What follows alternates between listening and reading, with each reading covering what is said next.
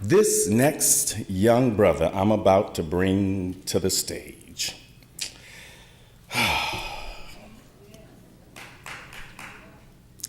So I met this young man in, what year was that? 2004. We were auditioning for the summer musical. We were doing Grease, the way we do it. It was, we were celebrating Brown versus the Board of Education, the 50th anniversary. And so we were doing Grease the way we do it. And we made Rydell High an all-black school and integrated the white students just to see what it would be like. And this young man showed up with somebody else who was planning to audition, and he wasn't going to audition. But he got there, and everybody was like, man, just do it, because they knew how crazy he was. Just do it.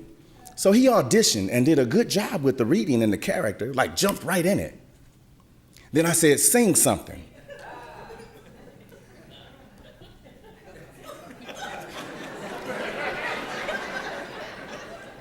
So it's a musical. So you gotta dance, sing, and act, right? But you gotta sing. And I said, sing something for me. And he got up and said, I know you wanna leave me, but I refuse to let you go. If I have to beg and plead for your sympathy, I don't mind, 'cause you mean that much to me. Ain't too proud. Now he's a church boy. Father's a pastor. And he didn't sound nothing like that. It sounded some kind of raggedy, you hear me? But he wouldn't stop. And when he got done, I said, look here, boy, you can't sing. But you can sure sell a song. And he ended up with the lead role. His very first time, he ended up with the lead role. And we finished the production. I'm gonna quick in this. We finished the production. We took all the kids to Ocean Shores, and on our way back, now he had a scholarship. That was his senior year at school. He had a scholarship to go play basketball, right? We were on our way back on the bus from Ocean Shores, and he looked at me and he said, man, I wish this was something I'd have jumped into early. I love this. This is what I want to do. I'm doing theater. And then he told me he went home and told his father, I'm going to school to be an actor. Now, his father's a pastor, Pastor Witherspoon. He said, his father said, boy, I don't give a D what you do. You gonna go to school with that scholarship to play basketball. Now, once you get there, you can act, but you better act like you going to school for that scholarship.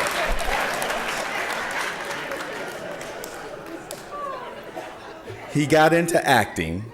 He finished school.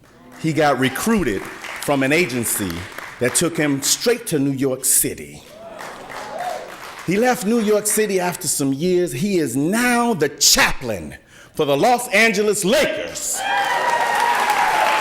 On top of doing his acting thing, please put your hands together for the one and only Mr. Romell Witherspoon.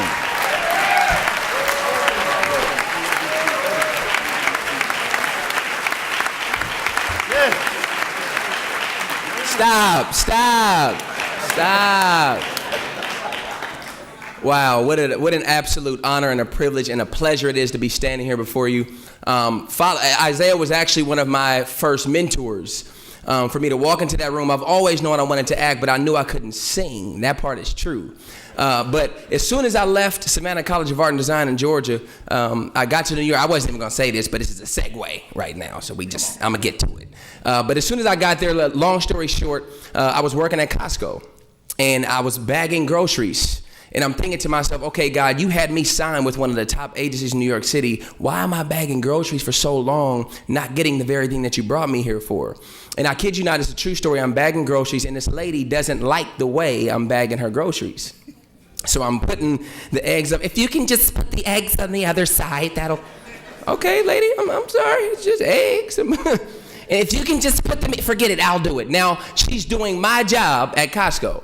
And I'm embarrassed. The line is long and I'm standing on the back, and I was so upset with God on my way home. I said, God, you didn't bring me all the way to Brooklyn, New York to be bagging groceries, so I'm going to put you at your word, and I'm quitting this job. If you brought me here to be successful with acting, then that's the very thing that's going to take place. I put the pressure on God with confidence. I'm not suggesting anybody quit their job. I'm telling you where my faith was at.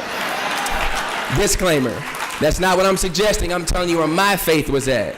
2 weeks later, I booked a national commercial with Jay-Z that paid me more in 16 hours than Costco could in 16 months. That was followed by Madam Secretary, Blue Bloods, The Good Wife, Person of Entry, Elementary, just roll after roll after roll, national commercial after national commercial, but I was in active pursuit by way of Langston Hughes Performing Arts Center in Seattle, Washington.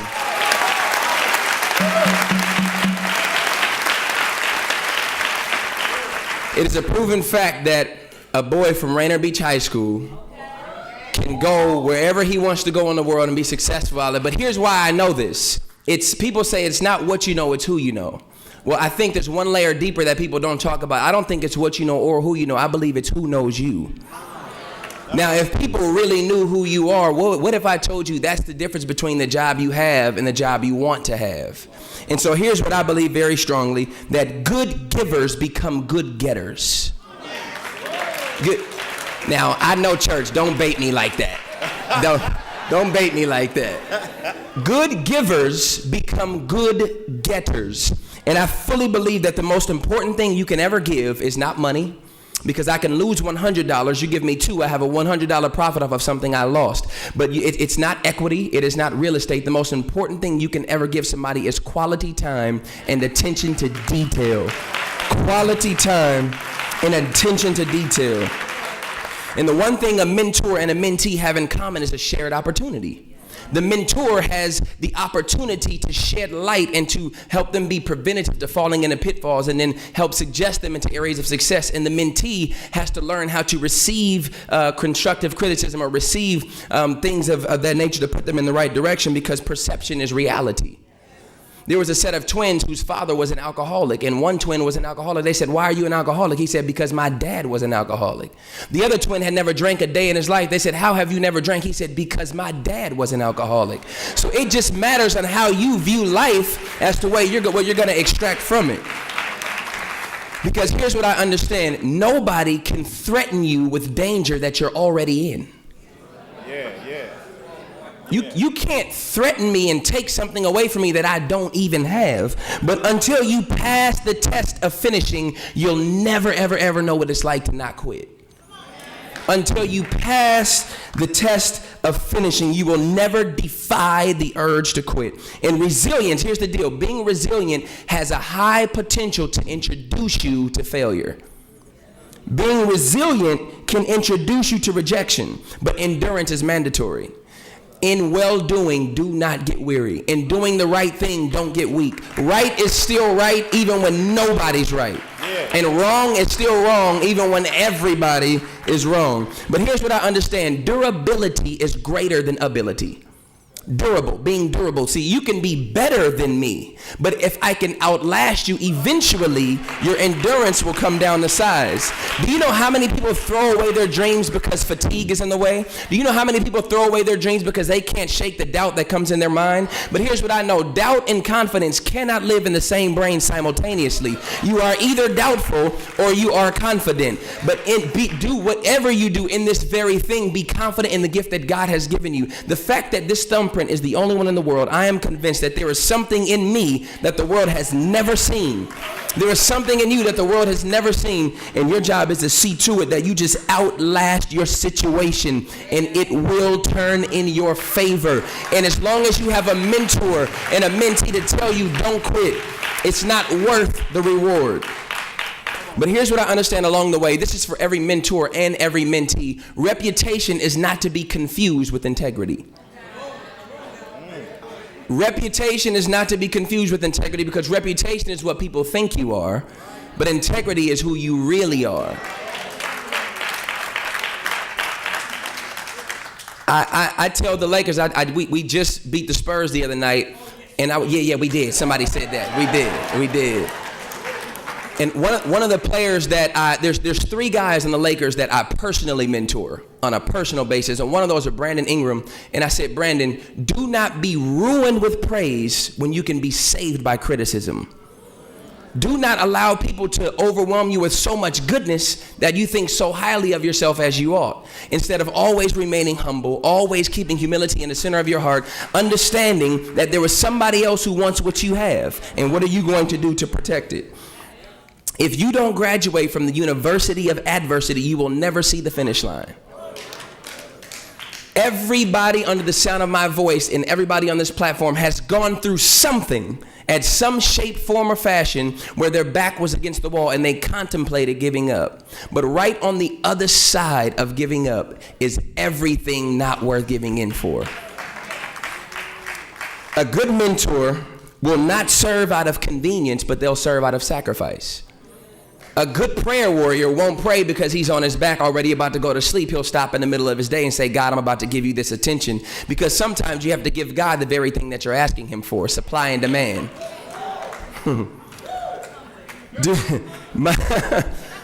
My most important advice I could ever give you is to do something today that your future self will thank you for. Do something every day that your future self will thank you for. Young people, there is 168 hours in a week.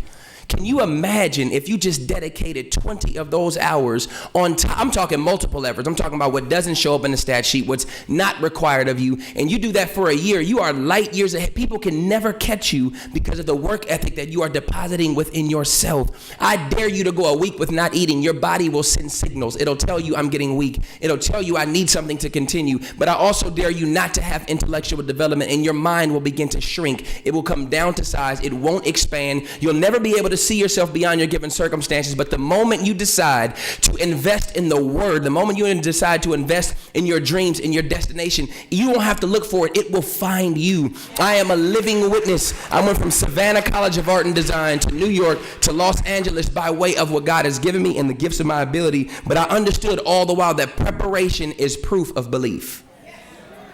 If you don't prepare for the thing that you're believing for, you're accidentally fooling yourself. You're not doing it intentionally. You don't even recognize it. You ever somebody hurt your feelings and they don't even know, and you was holding on to it for so long, and they say, what is your problem? And you told them, and they go, I had no idea. Everybody should get three things in your mind right now. One, where you are now, and two, where you want to be. And I submit to you, the difference between where you are now and where you want to be is what you do. If you don't prepare for it, it will never come to you. See it before you see it. That's the difference between sight and vision. Sight is what you see with your eyes. Vision is what you see with your mind. I saw myself on national television. I saw myself performing at a high level, and it found me. And when the opportunity came, I was prepared for it. And so the last thing I'm going to leave you with is this story, because I want everybody under the sound of my voice to hear it. And there was a man who wanted to climb the tallest mountain in the world, and he wanted to do it by himself.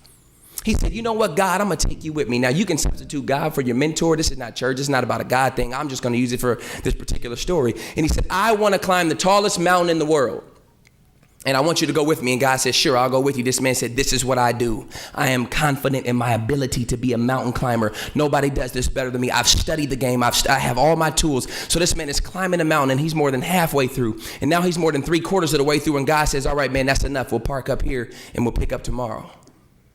And the man said, why would we pick up tomorrow when I see the finish line right there and my ability can get me there? So I'm going to ignore what you're telling me. I appreciate you for taking me this far, but I see the finish line way too close. He ignored the voice of God, but little did he know his mentor, the God of that, he saw a storm coming that his vantage point could not see. And now the clouds that God saw coming, he ignored the sound of God and he submitted to himself. The clouds overwhelmed the moon and the clouds overwhelmed the stars. Now this man can't see anything. And now he's still trying to climb this mountain alone. This is how I know nobody's meant to be alone. Nobody's meant to not have a mentor. Nobody is meant to not be a mentee or a mentor. And now this man slips, falling to his death. And the only thing holding on to him is his harness, and the harness is blazing through his hands, and he's feeling his hands burn, and he said, God, I want you to save me. Boom, now this man is dangling in midair. Now just go with me here. It's pitch black. He's on a mountain. He can't see anything. He can't feel anything. He's not bumping into anything in front of him, behind him, left, right, or beneath him. And he said, God, I want you to save me. And God said, if you want me to save you, let go. There's so many people here who can't see, but they know what they want. Are you going to be willing to let go? And the man couldn't do it. He couldn't find it in himself. The discomfort was too much. It was too uncomfortable for him to fall victim to something he's never seen. But I do know in order for you to get something you've never gotten, you have to do something you've never done. You have to go somewhere that you've never gone. And this man could not let go of the rope. I can't see. And he held onto the rope and he died. Frozen to death 2 weeks later, 6 inches from the ground. But because he couldn't see, can you imagine had he listened to his mentor, he could have just walked right into his destiny. But here's what I understand. You will 100% repeat what you do not repair. And if you don't repair your mind, you will consistently repeat the same recycle of your life. But if you want to go into a new dimension, if you want your dreams to come true, if you want your family's dreams to come true, if you want to get your children back, if you want your career choice to be different, if you want your health to be different, you are going to have to repair what is broken. You are going to 100% repeat what you do not repair. I submit to you that every mentor and every mentee has a relationship, and that relationship is called communication. And once you communicate with God and you communicate with yourself about your gift will find you. And all God wants, all your mentor wants, is a thank you. Thank you. I appreciate it.